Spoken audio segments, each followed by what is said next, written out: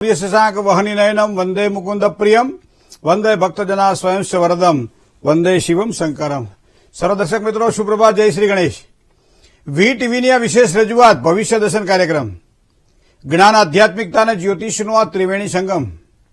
મિત્રો, આજે બે ગ્રહોની યુતિ કેવા પરિણામ આપી શકે છે? ઘણી વખત આપણે કરીએ છીએ, પરિણામ મળે છે, પણ છતાં આપણને ઓછું લાગે છે. એના કયા કારણો હોઈ શકે? ઘણી વખત ઘણા બધા પ્રયત્ન કર્યા છતાંય સફળતા નથી મળતી. એના કારણો કયા હોઈ શકે? તો જ્યોતિષની દ્રષ્ટિએ આ વસ્તુ જાણવા માટે પ્રયત્ન કરીશું કે જ્યાં સમસ્યા છે ત્યાં સમાધાન પણ મેળવવા માટે પ્રયત્ન કરીશું. 12 રાશિના જાતકોનો આજે કેવો દિવસ રહેશે? શું કરવાથી લાભ થાય? શું કરીએ તો નુકસાન? કયા મંત્રનો જાપ કરો? શેનું કરવું જોઈએ દાન? આ બધી જ વાતો આપણે કરવાની છે. શુભત્વને આપવાવાળી વાત છે. આપના પ્રશ્નના જવાબ કેમ ભૂલાય? ચાલો શરૂઆત કરીએ પંચાંગથી. કારણ કે તદૈવ લગ્નમ સુદિનમ તદૈવ તારાબલમ ચંદ્રબલમ તદૈવ વિદ્યાબલમ દેવબલમ તદૈવ લક્ષ્મીપતે તે દ્રિયુગમ સ્મરામી. આજે 7મા મહિનાની 1 તારીખ 2024, આજે સોમવાર છે. આજે મહિનો ચાલી રહ્યો છે, જ્યેષ્ઠ મહિનો છે, કૃષ્ણ પક્ષ છે, તિથિ દસમ છે. સવારમાં 10 કલાક અને 25 મિનિટ સુધી આ તિથિ ચાલે છે. ત્યારબાદ 11ની શરૂઆત થશે. ભરણી નામનું નક્ષત્ર, સુકર્મા નામનો યોગ, જે બપોરે 1 કલાક ને 40 મિનિટ ચાલે છે. ત્યારબાદ ધૃતિ નામના યોગની શરૂઆત થશે. અત્યારે જે કરણ ચાલી રહ્યું છે તે વિષ્ટિ છે, જેને આપણે ભદ્રા કહીએ છીએ. સવારમાં 10 કલાક અને 25 મિનિટ સુધી આ ભદ્રા ચાલશે, વિષ્ટિ, અને ત્યારબાદ બહુ કરણની શરૂઆત થશે. રાશિનો ચંદ્રમાં જો જોઈએ આજે તો એ મેષ રાશિનો છે. મેષ રાશિ એટલે જેના અક્ષર છે અ, લ અને ઈ. તો મેષ રાશિવાળા જાતકો માટે દિવસ આજનો મંગલમય રહેશે. સાથે સાથે જે કોઈ જાતકોનો જન્મ થાય એની મેષ રાશિ કહેતા અ, લ અને ઈ અક્ષર ઉપર એનું નામ રાખવાનું રહેશે. જય ગણેશ. દેવાધીનમ જગત સર્વ મંત્રાધીનશ્ચ દેવતા તે મંત્ર બ્રાહ્મણાધીન તસ્માત બ્રાહ્મણ દેવતા. મિત્રો, ગ્રહારાજ્યમ પ્રયશ્યંતિ ગ્રહારાજ્યમ હરંતી ચ ગ્રહેશુ વ્યાપિતમ સર્વમ ત્રૈલોક્યમ સચરાચર. ગ્રહોની ગતિની વાત જો આપણે કરીએ તો ઘણી વખત આપણને એમ થાય કે આપણી પાસે 20 રૂપિયા છે, આપણે ચા મંગાવી, ચા આપણે લીધી, હાથમાં લેતાની સાથે જ હજી તો મોઢે લગાડીએ ન લગાડીએ રકાબી અથવા કપ, અને એવા સમયે ઓચિંતાની અંદર માખી પડી જાય તો એ 20 જ રૂપિયા આપણી પાસે છતાં ચાને ઢોળી દેવી પડે છે. ઘણી વખત જમતા જમતા મોઢાની અંદર કોળીઓ નાખીએ ત્યારે કાં તો કાંકરી આવે અને કાં તો કોઈ વાળ આવે, જેના કારણે એ કોળીઓ આપણે થૂકી નાખવો પડતો હોય છે, ફેંકી દેવો પડતો હોય છે. અને એટલા માટે કે પ્રથમ ગ્રાસે મક્ષિકા, પહેલા કોળીએ માખી. તો આ બધી વસ્તુઓ આપણને ક્યારેક ક્યારેક જોવા મળે છે. ઘણી વખત આપણે જોઈએ પરીક્ષાની અંદર સંપૂર્ણ તૈયારી કરી છે અને છતાંય છેલ્લી ઘડીએ ક્યાંક અડધા 1 પોઈન્ટ માટે રહી જતા આપણે જોવા મળીએ છીએ. ક્યારેક ક્યારેક બસ સ્ટેશન ઉપર જઈએ, 5 જ મિનિટ પહેલા એમ કહે છે બસ નીકળી ગઈ. નાની નાની વાતો છે મિત્રો, પણ જીવનમાં ખૂબ જ અગત્યની અને મહત્વની છે. કારણ કે આમ સામાન્ય રીતે નીકળી જાય તો કલાકો નીકળી જાય તો વાંધો ના આવે, પણ ક્યારેક ક્યારેક 1 મિનિટ પણ જો નીકળી જાય તો વ્યક્તિના જીવનની અંદર એક આખું નવું પત્તું ઉમેરાતું હોય છે, એનું ભવિષ્ય બદલાતું હોય છે. અને એના કારણે કાં તો એ સુખ ને કાં તો દુઃખ ભોગવતો હોય. 18-19 વર્ષનો દીકરો થાય, 20 વર્ષનો, 22 વર્ષનો થાય, ખૂબ સારી રીતે એને ભણાવ્યો, ગણાવ્યો, તૈયાર કર્યો, સારી જોબ માટે એને પ્રયત્ન કરી રહ્યા છીએ. ઓચિંતાના સમાચાર આવે કે એ દીકરાનું દેહાંત થયું છે. ત્યારે વિચાર કરો, એક ને એક દીકરો હોય તો મા બાપને એની કેવી આમ મગજ પર એની અસર પડે. બધું જ જાણે જૂટવાઈ જતું હોય, બધું જ જયારે છીનવાઈ જતું હોય, જગતમાંથી બધા જ સુખો જોઈ લો, કોઈ ભગવાને એક સાથે ખેંચી લીધા હોય, આવી એક અનુભૂતિ થાય છે. તો મિત્રો, જ્યારે પણ કોઈ આ ખોટા યોગ નિર્માણ થાય ત્યારે એમાંથી સાચા અને સારા પરિણામો મેળવવા માટે કેમ પ્રયત્ન કરવો? કદાચ એકાદ વખત આપણને સારા પરિશ્રમથી પરિણામ ન મળે તો એવા સમયે એ પરિણામને વધારે સુદૃઢ બનાવી અને મહેનત દ્વારા સારા પરિણામોની કેમ પ્રાપ્તિ થાય? કારણ કે મહેનત તો છેવટે આપણે કરવાની છે. ફળ ભલે ભગવાન આપતો, કર્મણી વા અધિકારસ્તે મા ફલેષુ કદાચ. અને ભગવાને કહ્યું છે ગીતાજીમાં કે તું તારા કર્મ ઉપર અધિકાર તારો છે, તારા એના ફળ ઉપર નથી. પણ છતાં એવા કર્મ મારા કરવા છે કે મને ફળ સામે દેખાય, પણ એ ફળમાં અવરોધરૂપ બનતા હોય. તમે એક સારી કોઈ જમીન લીધી હોય, સારું મકાન લીધું હોય અને પૈસા રોકાઈ ગયા હોય અને પછી એ પૈસા જ્યારે તમારે જરૂર હોય ત્યારે ન મળ્યા હોય, તો આવું ઘણી વખત આપણને જોવા મળે. અમુક વસ્તુ એવી છે કે જે શીઘ્ર વેચી શકાય. પહેલાના જમાનામાં કહેતું ગૌધન, ગજધન, અશ્વધન ઓર રતન ધન ખાણ. આ બધા ધનો છે, બધા ધન છે. ગૌધન, ગજધન, અશ્વધન ઓર રતન ધન ખાણ. બરાબર, આ બધા રત્નો છે. પણ એમાંય મળે જો સંતોષ ધન તો સબ ધન ધૂરી સમાન. આવો એક શબ્દ પ્રયોગ આપણા સુભાષિતકારે કર્યો છે. તો એ સુભાષિતકારની આ જે કાવ્યોક્તિ જે છે એને આપણે ગ્રહોના આધારે ન જોઈ શકીએ? જોઈ શકીએ. જુઓ, જન્મ કુંડળીની અંદર ચંદ્ર દરેકનો મજબૂત જોઈએ. ઘણા વ્યક્તિઓ પૂછતા હોય, ભાઈ અમારી આ રાશિ છે અને અમને આ નામે બોલાવે છે, તો અમારે કયું નામ જોવું જોઈએ, કઈ રાશિથી અમને લાભ થાય? ઘણી વખત તો લોકો પાછા ઉત્સાહી જઈને એમ કહે છે કે અમે તો બે રાશિઓ જોઈ લઈએ, એ સારી લાગે એ અમારી, તો આ તો સારું પોઝિટિવ છે. પણ છતાંય વિવાહે સર્વ માંગલ્યે યાત્રા દો ગ્રહ ગોચરે, કઈ રાશિ મહત્વની ગણાય તમને કહું? આમ ઘણી વખત બોલતી રાશિ મહત્વનું, બોલતું નામ મહત્વનું ગણાય, અને ક્યારેક ક્યારેક જન્મની જે ચંદ્ર હોય, ચંદ્રની રાશિ હોય, રાશિ પ્રમાણે આપણે જન્મની રાશિ કહીએ એ મહત્વનું ગણાય. તો વિવાહે સર્વ માંગલ્ય યાત્રા દો ગ્રહ ગોચરે જન્મ રાશિ પ્રધાનસ્ય નામ રાશિ ચિંતિત. તો આવા નામ રાશિને ક્યારેક ક્યારેક ધ્યાનમાં આપવું જોઈએ, ક્યારેક ક્યારેક આ રીતે ધ્યાનમાં આપવું જોઈએ. પણ એ જ ચંદ્રમા દ્વારા કેટલા 286 પ્રકારના યોગો બને છે, અને એમાં એવો યોગ જે છે જે દરિદ્ર યોગ છે.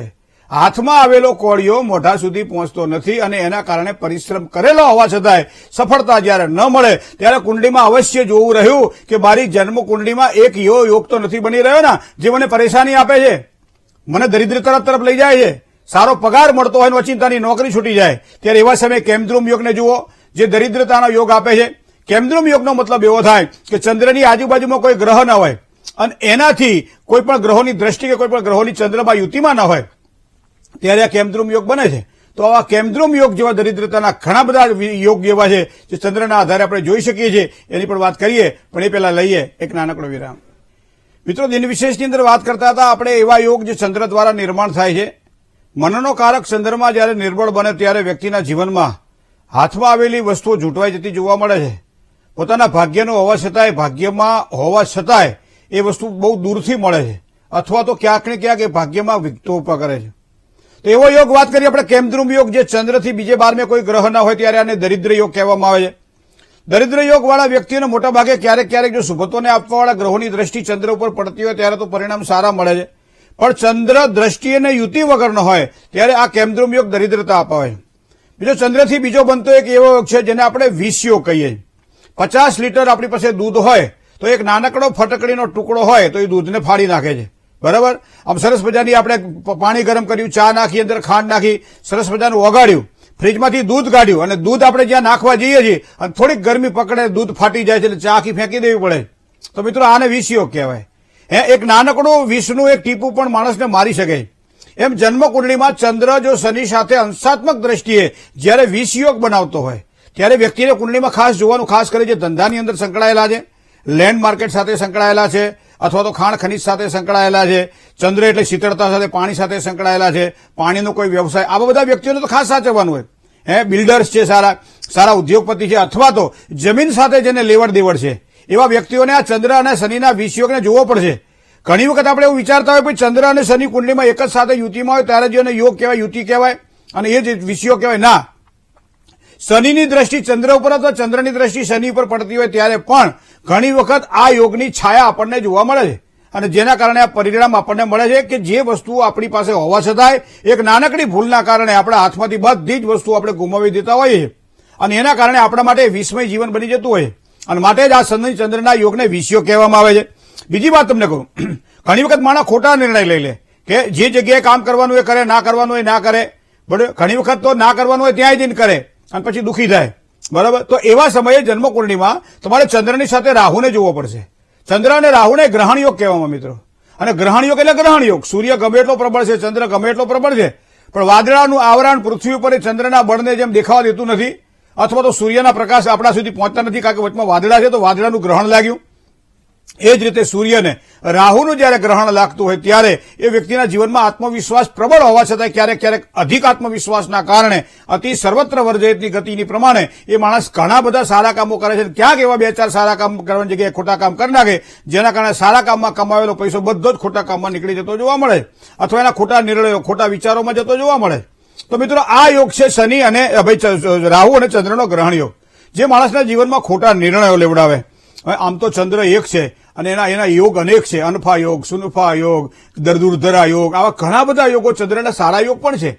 પણ ચંદ્રના 2-3 યોગો એવા છે મિત્રો કે ચંદ્ર રાહુ સાથે યુતિમાં હોય, ચંદ્ર શનિ સાથે યુતિમાં હોય, સૂર્ય અને ચંદ્ર જયારે ભેગા બેઠા હોય, કન્જેક્ટેડ કહેતા બિલકુલ યુતિમાં હોય, અમાસનો જયારે જન્મ હોય, ચતુર્દશી કૃષ્ણ ચતુર્દશીનો જયારે જન્મ હોય ત્યારે પણ આ વસ્તુ જોવા મળે છે કે ચંદ્રના કારણે વ્યક્તિના જીવનની અંદર ઉત્કર્ષની જગ્યાએ હંમેશા કારણ વગરના ટેન્શનો જ ઉભા થતા જોવા મળે છે. તો આપણી કુંડલીમાં પણ જોઈ લો કે કેમદ્રુમ યુગ તો નથી ને, શનિ ચંદ્રનો વિષ યોગ તો નથી ને, ચંદ્ર રાહુનો ગ્રહણ યોગ તો નથી ને. જો હોય તો મહાદેવજીને પૂજવાનું ભૂલતા નહીં. દરરોજ સવારમાં મહાદેવજીના મંદિરમાં જઈ સુંદર મજાનો ઘીનો દીવો કરી મહામૃત્યુંજય મંત્રનો જપ કરી ભગવાન શિવની અડધી પ્રદક્ષિણા કરવામાં આવે અને એના દ્વારા ખૂબ જ સારી સફળતાની પ્રાપ્તિ થાય. મિત્રો, આ બધા યોગોને આપણે ધ્યાનમાં રાખવા પડશે. જય ગણેશ. મેષથી માંડી અને મીન રાશિ સુધીના જાતકોનો આજનો દિવસ કેવો રહેશે એની પણ વાત કરીએ. કોલર મિત્ર સાથે વાત કરી લઈએ. Hello hello. જય ગણેશ. જય ગણેશ. હા, મારા બાબા માટે પૂછવું હતું. જી, બાબાનું નામ? હા, મારું નામ કામિની. બરાબર. બાબાનું નામ? બાબાનું નામ વ્રત છે. જન્મ તારીખ? અને એ જન્મ તારીખ 27/10/99. બરાબર. હા, એ લંડન ગયેલો છે. સમય? તો અત્યારે માસ્ટર સમય 11:42 બપોરે. 11:42 બપોરે. હા, બપોરે. જન્મસ્થળ? અંગારિકા ચોથ મંગળવાર. જન્મસ્થળ? જન્મસ્થળ વડોદરા. પણ તમે 27 તારીખે તો બુધવાર બતાવે છે. 27 બુધવાર બતાવે બેન. અંગારકી ચોથ આવે. બરોબર, ચોથ બરોબર છે. હા હા. બરાબર. બરાબર. હા, બરોબર. શું હતું હવે? હવે એ લંડન ગયેલો છે અને માસ્ટર ડિગ્રી પતી ગઈ છે, તો એને એના ફિલ્ડની જોબ મળશે ત્યાં અને સ્થાયી થશે ખરો ત્યાં? અને એના લગ્ન યોગ ક્યાં રહેશે? ઘણા બધા દર્શકો જે પરદેશમાં વસતા હોય એના માતા પિતાને આ પ્રશ્ન હોય છે કે અમુક સમયે એના વિઝા ત્યાં પૂરા થાય છે અને હવે ફરીથી એને રિન્યુ કરાવવા આગળ વધુ શું પરિણામ મળશે, કેવી રીતના પરિણામ મળશે, ત્યાં સ્થિર થઈ શકશે કે પાછો આવશે, ત્યાં મળશે તો કેવી જોબ મળશે. મોટાભાગે આવા પ્રશ્નો અમને સાંભળવા જોવા અને જ્યોતિષના માધ્યમથી કંઈક ઉકેલવા માટેનો ગણપતિ બાપા આશ્રય આપે છે. પણ કુંડલીમાં ખાસ ભાગ્યસ્થાન જોવાનો છે. ભાગ્યસ્થાનનો સ્વામી આપની બાબાની કુંડલીમાં જો જોઈએ તો એ સૂર્ય છે અને સૂર્ય અહીંયા કુંડલીમાં બેઠેલો છે તુલા રાશિમાં નીચનો બની અને એકાદશ સ્થાનમાં 11મા સ્થાનમાં.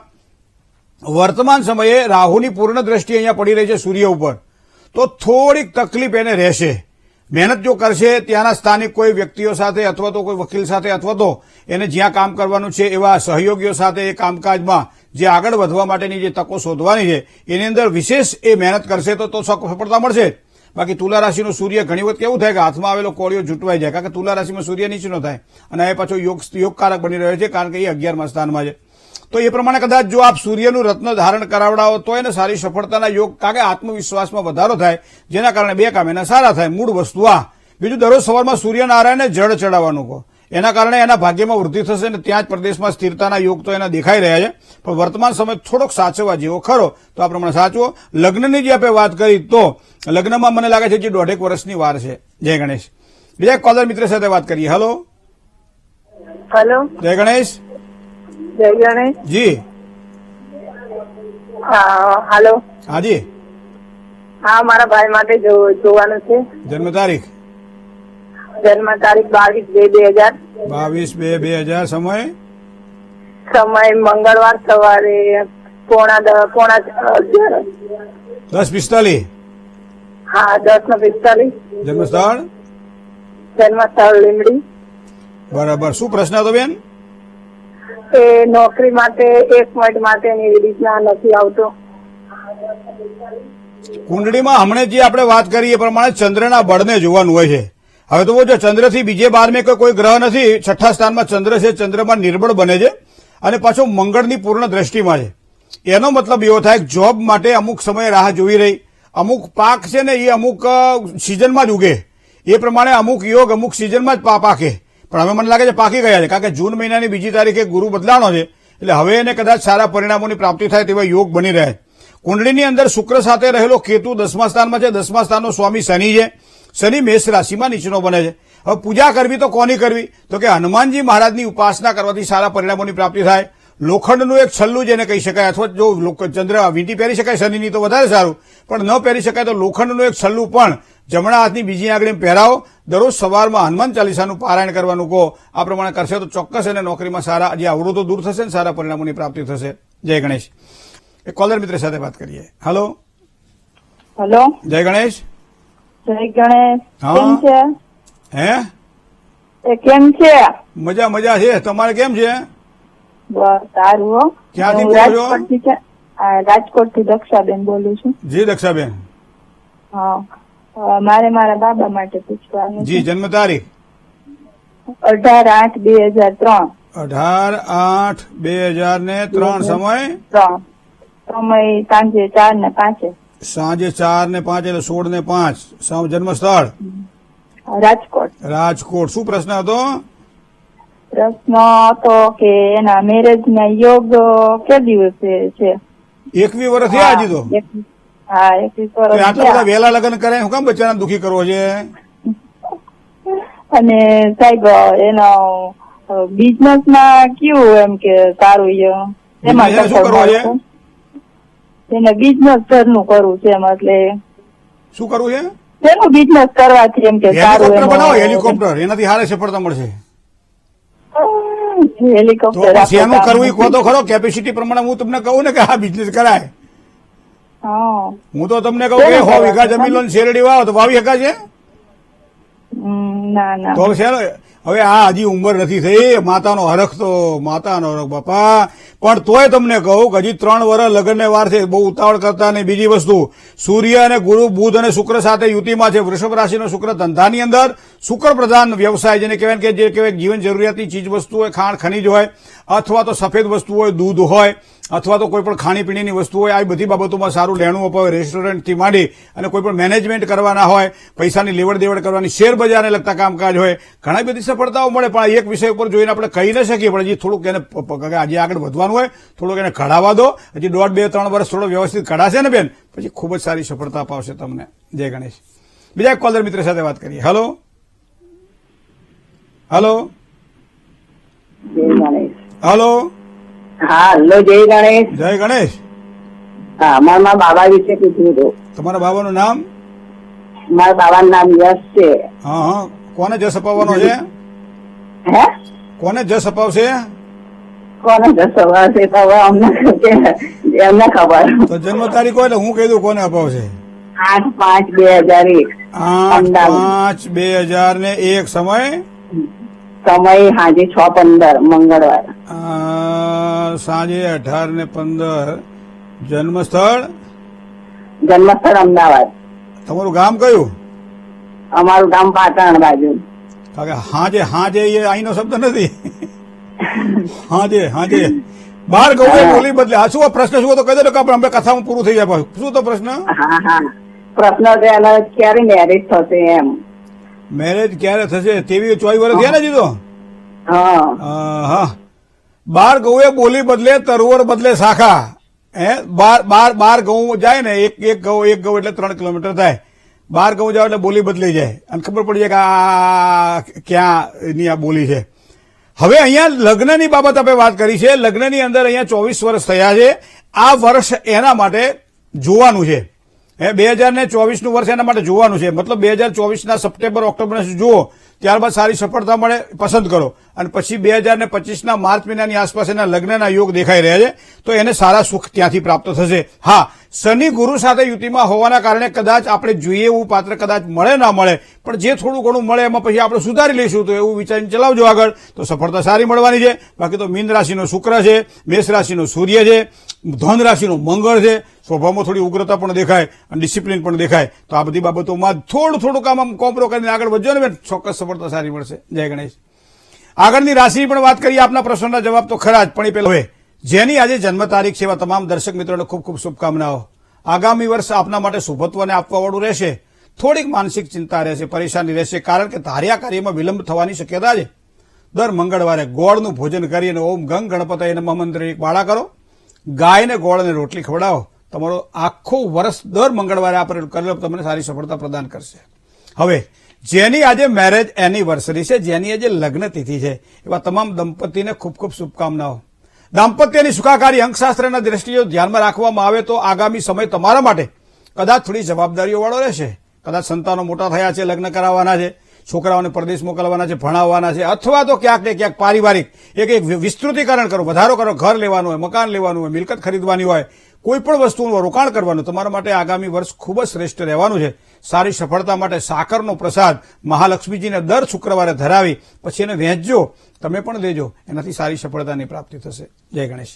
તન્મે મનઃ શિવ સંકલ્પ મસ્તુ. સુભત્વની જો વાત કરવામાં આવે આજના દિવસ માટે તો સુભત્વની આપવાવાળી વસ્તુમાં પહેલા અંકની વાત કરીએ તો મિત્રો અંક છે 6 નો અંક. 1 નો અંક અને 6 નો અંક આજના દિવસ માટે ખૂબ જ સારો લાભ કરાવડાવે. સફેદ રંગ હોય ચાહે આસમાની રંગ હોય, આજના દિવસ માટે સફેદ અને આસમાની રંગ કોઈ પણ કાર્ય કરવું હોય ત્યારે શરૂઆતમાં આ રંગનો ઉપયોગ કરજો. કપડાં પહેરો તો પણ ચાલે, કશું ના હોય તો એક નાનકડો ગજવામાં ટુકડો પણ આ રંગનો રાખજો, એનાથી સારી સફળતાની પ્રાપ્તિ થશે. સારા સમયનો વિચાર કરીએ તો સવારમાં 9 કલાક અને 6 મિનિટથી સમયની શરૂઆત થાય છે. 10 કલાક ને 47 મિનિટ સુધીનો સમય એ શ્રેષ્ઠ સમય છે સારા કામકાજ કરવા માટે.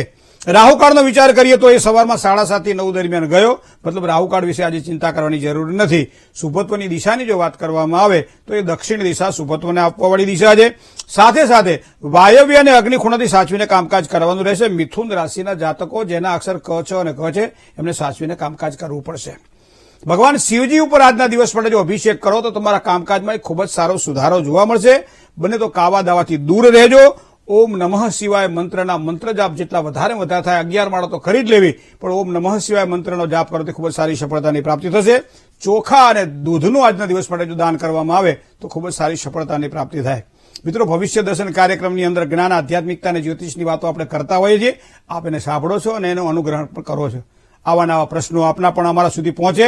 આપના પ્રશ્ન કદાચ કોઈ પણ પ્રકારના હોય જેનું સમાધાન આપ જ્યોતિષના માધ્યમથી ઈચ્છતા હો તો પત્ર લખીને પણ તમારો પ્રશ્ન અમારા સુધી પહોંચતા કરી શકો છો. લખી લો એનું સરનામું.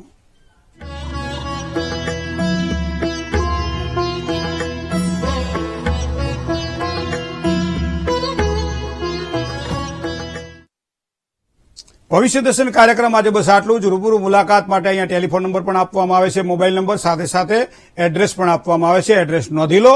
મોબાઈલ દ્વારા એપોઇન્ટમેન્ટ લઈને ચોક્કસ આપ પધારો છો. આપનું સ્વાગત છે. ભવિષ્ય દર્શન કાર્યક્રમમાં આજે મને રજા આપશો. આપ દિવસનો મંગલમય રહે તેવી શુભકામનાઓ.